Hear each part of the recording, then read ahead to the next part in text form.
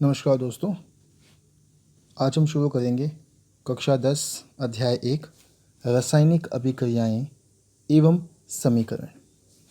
अब अगर हम रासायनिक अभिक्रियाओं की बात करते हैं तो रासायनिक अभिक्रिया का मतलब होता है जब कभी दो चीज़ें जुड़कर किसी तीसरी नई चीज़ का निर्माण करें तो हम कहते हैं कि एक रासायनिक अभिक्रिया हुई है।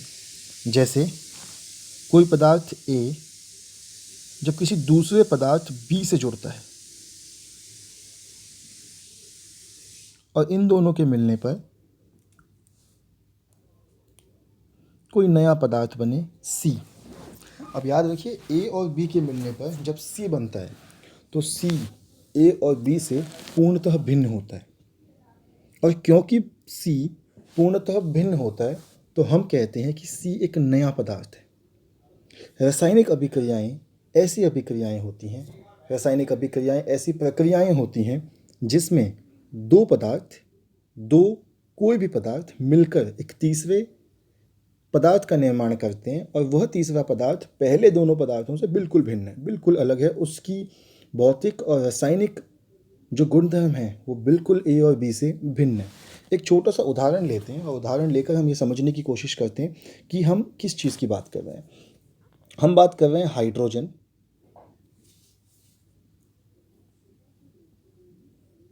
जमा ऑक्सीजन। अब हाइड्रोजन एक गैस है, हाइड्रोजन जलता है। इनफैक्ट जो रॉकेट होते हैं, रॉकेट में ईंधन के रूप में हाइड्रोजन का इस्तेमाल किया जाता है। ऑक्सीजन भी एक गैस है और ऑक्सीजन भी जलती है। ऑक्सीजन के बिना किसी भी प्रकार का जो जलना होता है, किसी भी प्रकार की जो अब जलने की अभिक्रिया होती है वो हो ही नहीं सकती। और इन दोनों के मिलने पर जो पदार्थ बनता है वो बनता है H2O, और हम सभी जानते हैं कि H2O का मतलब होता है पानी। यानी हाइड्रोजन और ऑक्सीजन के मिलने पे बनता है पानी। हाइड्रोजन भी जलता है, ऑक्सीजन भी जलता है, किंतु पानी आग को बुझाता है। यानी हाइड्रोजन और ऑक्सीजन के जो गुणधर्म हैं वो बने हुए उत्पाद पानी से बिल्कुल अलग हैं। तो हम कह सकते हैं कि हाइड्रोजन और ऑक्सीजन के मिलने से पानी बना, और पानी के उत्पाद, पानी के जो गुणधर्म हैं वो हाइड्रोजन और ऑक्सीजन से पूर्णतः भिन्न हैं। इसी को रासायनिक अभिक्रिया कहा जाता है, जिसमें दो पदार्थ मिलें और दो पदार्थों के मिलने पर तीसरा एक या एक से ज़्यादा पदार्थ बने, किंतु जो उत्पाद बना है उस उत्पाद के भौतिक और रासायनिक गुणधर्म हमारे इन अभिकारकों से पूर्णतः भिन्न है। इसी को रासायनिक अभिक्रिया कहा जाता है। अब आगे बढ़ते हैं। अगर हम रासायनिक अभिक्रिया की बात करते हैं तो जाहिर सी बात है, रासायनिक अभिक्रिया के साथ साथ हमें ये भी ध्यान देना पड़ेगा कि रासायनिक अभिक्रियाओं के प्रकार कैसे हैं और हमें कैसे पता लगेगा कि कोई भी रासायनिक अभिक्रिया हुई है। अब हमारे आसपास के वातावरण में भी बहुत सी रासायनिक अभिक्रियाएं होती हैं, और बहुत सी रासायनिक अभिक्रियाओं को हम रोज़ देखते हैं। बिना सोचे उन रासायनिक अभिक्रियाओं को हम देखते हैं, उनके बारे में हम सोचते भी नहीं, लेकिन हम देखते रोज़ हैं। जैसे गर्मियों के मौसम में अगर दूध बाहर छोड़ दिया जाए तो दूध खराब हो जाता है, दूध खट्टा हो जाता है, वो एक रासायनिक अभिक्रिया है। लोहे की वस्तुएं हम सभी ने देखी हैं। लोहे की वस्तुएं अगर आर्द्रता के संपर्क में आ जाए, मॉइस्चर के संपर्क में आ जाए तो लोहे में जंग लग जाता है, वो भी एक रासायनिक अभिक्रिया है, वो भी हम सभी ने देखी है। भोजन पकाया जाता है, चावल आप लोगों ने देखे हैं, आटा आप लोगों ने देखा, आटे से रोटी बनती है, चावल बनाए जाते हैं, वह भी एक रासायनिक अभिक्रिया है। हमारा शरीर भोजन लेता है, हम भोजन खाते हैं, जो भोजन हम खाते हैं उसको थोड़े टाइम में हम पचा लेते हैं, जिससे हमारे शरीर को ऊर्जा मिलती है। हमारे शरीर को मिलने वाली ऊर्जा ATP की फॉर्म में होती है। ATP मतलब एडिनोसिन ट्राईफॉस्फेट। तो जो हमारे शरीर को ऊर्जा मिलती है वो ऊर्जा ATP की अवस्था में मिलती है। ATP यानी कि एडिनोसिन ट्राईफॉस्फेट। ये सभी प्रकार रासायनिक अभिक्रियाओं के थे जिनसे हमें पता लगता है कि कोई भी रासायनिक अभिक्रिया हुई है। अब हम ये डिस्कस करते हैं कि हमें कैसे पता चलेगा कि कोई रासायनिक अभिक्रिया हुई है। जाहिर सी बात है, अगर कोई रासायनिक अभिक्रिया हुई है तो हमें ये भी पता लगाना पड़ेगा कि वो हुई है तो कैसे हुई है, और ऐसे कौन से कारक हैं जिनको देख के हम ये समझ सकते हैं कि कोई रासायनिक अभिक्रिया हुई है। तो मुख्यतः हम चार चीज़ों को देखते हैं, और उन चार चीज़ों को देखने के आधार पे हम ये निर्धारित करते हैं कि कोई भी रासायनिक अभिक्रिया हुई है या कोई नहीं भी रासायनिक अभिक्रिया नहीं हुई है। जिनमें से पहली चीज़ है अवस्था में परिवर्तन। अब अवस्था में परिवर्तन का क्या मतलब है? अवस्था में परिवर्तन का मतलब है कि दो पदार्थ मिले अब जो पदार्थ मिले उनकी अवस्थाएं बिल्कुल भिन्न थी। जब नया उत्पाद बना तो नए बने हुए उत्पाद की अवस्था बिल्कुल भिन्न हो गई, जिससे हम ये जान पाए कि एक नया पदार्थ बन गया है। तो नए पदार्थ के बनने के लिए जो पहली चीज़ हमने समझी वो है अवस्था में परिवर्तन। एक उदाहरण लेते हैं, अभी अभी हमने वही उदाहरण लिया था, उसी उदाहरण को दोबारा उठाते हैं।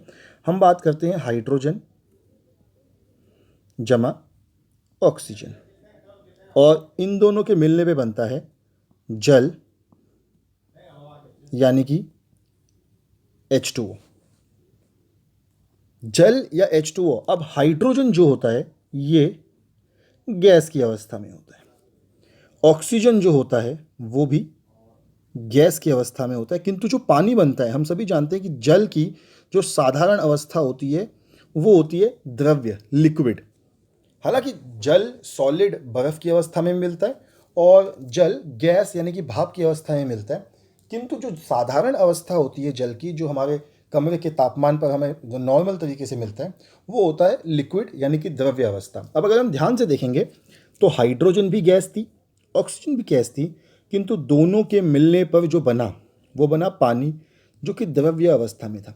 तो जैसे ही हमें द्रव्य अवस्था में पानी मिलेगा, हम ये जान जाएंगे कि रासायनिक अभिक्रिया हो चुकी है। तो रासायनिक अभिक्रिया यहाँ पर हमें कैसे पता लगा कि रासायनिक अभिक्रिया हो चुकी है?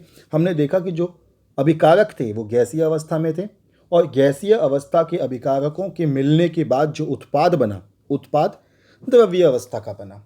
तो द्रव्य अवस्था के उत्पाद के मिलते ही हमें पता लग जाएगा कि हमारी रासायनिक अभिक्रिया शुरू हो गई है। तो ये हमारा पहला तरीका है जिससे हम जान सकते हैं कि कोई भी रासायनिक अभिक्रिया शुरू हो गई है। दूसरा तरीका जिससे हम ये जान सकते हैं कि कोई रासायनिक अभिक्रिया शुरू हो रही है वो है रंग में परिवर्तन। अब रंग में परिवर्तन का मतलब समझते हैं कि रंग में परिवर्तन का क्या मतलब है। रंग में परिवर्तन, पहले घर से घरेलू उदाहरण लेते हैं। हम सब ने देखा है कि यदि आलू काट के छोड़ दिए जाएं तो क्या होगा। यदि आलूओं को काट के छोड़ दिया जाए तो कुछ समय बाद जो आलू होते हैं वो काले पड़ना शुरू हो जाते हैं। तो जैसे ही वो आलू काले पड़ना शुरू होते हैं, हमें पता चलता है कि जो एक रासायनिक अभिक्रिया है, हमारे वातावरण की एक रासायनिक अभिक्रिया, वो होनी शुरू हो गई है। इसी का दूसरा उदाहरण है लोहे का जंग लगना। अब लोहे का जंग लगना एक ऐसी अभिक्रिया है जिसको हम सभी जानते हैं, जो हम सभी जानते हैं कि हमारे आसपास होती है। लोहे में जंग किस प्रकार लगता है? लोहे में जंग लगने की प्रक्रिया है कि आयरन, लोहा यानी कि Fe, जब ऑक्सीजन से अभिक्रिया करता है यानी कि O2 से, तो वो बनाता है Fe2O3। ये Fe2O3 अक्सर लाल रंग का होता है, इसको हम लाल भूरे रंग का कहते हैं। फेरस ऑक्साइड इसका नाम है, आयरन ऑक्साइड भी इसे कहा जाता है।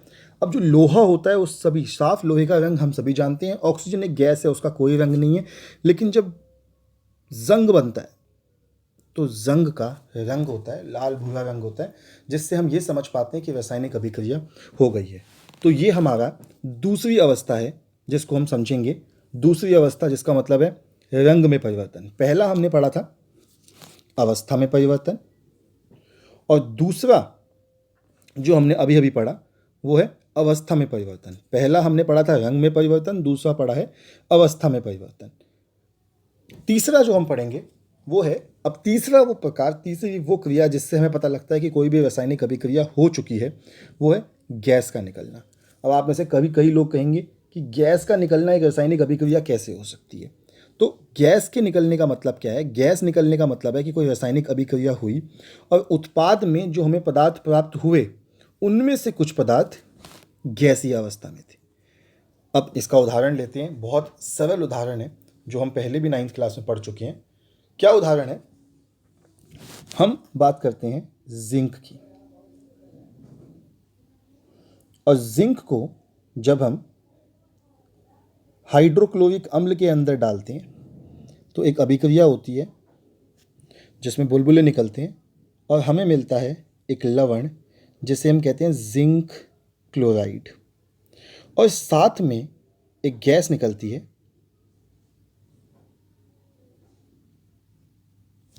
Hydrogen gas. अब ये जो हाइड्रोजन गैस है, इस हाइड्रोजन गैस के बुलबुले हमें आम अवस्था में देखने को मिल सकते हैं, और क्योंकि हमें इस हाइड्रोजन गैस के बुलबुले देखने को मिलते हैं तो हम कहते हैं कि रासायनिक अभिक्रिया पूरी हो चुकी है। हाइड्रोजन गैस को हम चेक कर सकते हैं, जलती हुई माचिस की तिल्ली टेस्ट ट्यूब के मुंह पे लाई जाती है और वो जो जलती हुई माचिस की तिल्ली होती है वो जलती है पॉप्स ध्वनि के साथ। बहुत ही इंटरेस्टिंग रासायनिक अभिक्रिया है, आई एम श्योर आपके स्कूलों में आपको एक कराई जाएगी। तो हाइड्रोजन जो होता है पॉप की ध्वनि के साथ जलता है, जिससे हमें पता लगता है कि रासायनिक अभिक्रिया शुरू हो गई है। इसके बाद इन 3 अभिक्रियाओं के बाद चौथा तरीका जिससे हमें पता लगता है कि रासायनिक अभिक्रिया शुरू हो गई है वो है तापमान में परिवर्तन। अब तापमान में परिवर्तन का क्या मतलब है? तापमान में परिवर्तन का मतलब है कि जो हमने अभिकारक लिए थे उन अभिकारकों का तापमान और जो उत्पाद बना उस उत्पाद का तापमान, दोनों के तापमान में बहुत अंतर है। अब ये अंतर किस प्रकार समझ में आएगा, एक छोटा सा उदाहरण लेते हैं और उदाहरण से इस चीज़ को समझने की कोशिश करते हैं। कैल्शियम ऑक्साइड, चूना, ध्यान दीजिए ये चूना है, चूना पत्थर नहीं है। कैल्शियम ऑक्साइड चूना होता है। इसमें यदि पानी डाला जाए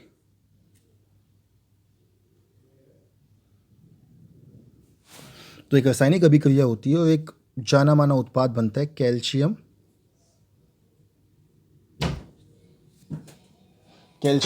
हाइड्रोक्साइड। कैल्शियम हाइड्रोक्साइड जो जाना माना उत्पाद है, ये उत्पाद बहुत सारी ऊष्मा यानी कि हीट के साथ बनता है और ये रासायनिक अभिक्रिया इतनी तेज़ होती है कि इस रासायनिक अभिक्रिया में जो कैल्शियम हाइड्रोक्साइड बनता है उसका तापमान बहुत ज़्यादा होता है। तो ये ज़्यादा तापमान वाला कैल्शियम हाइड्रोक्साइड हमें जैसे ही मिलता है हम वैसे ही समझ जाते हैं कि रासायनिक अभिक्रिया हो गई है। तो आज इस लेसन में हमने पढ़ा कि कैसे हमें पता चलता है कि कोई रासायनिक अभिक्रिया हुई है, जिसमें हमने 4 चीज़ों के बारे में पढ़ा। हमने पढ़ा पहला अवस्था में परिवर्तन, दूसरा हमने पढ़ा रंग में परिवर्तन, तीसरा हमने पढ़ा गैस का निकलना और चौथा हमने पढ़ा तापमान में परिवर्तन। इन 4 परिवर्तनों से हम ये जान सकते हैं कि कोई भी रासायनिक अभिक्रिया हो गई है। अगले लेसन में हम पढ़ेंगे कि जो रासायनिक अभिक्रियाएं होती हैं उनके कितने प्रकार होते हैं। जो भी रासायनिक अभिक्रियाएं हैं उन रासायनिक अभिक्रियाओं के प्रकार कितने टाइप्स हैं उन रासायनिक अभिक्रियाओं के। Thank you.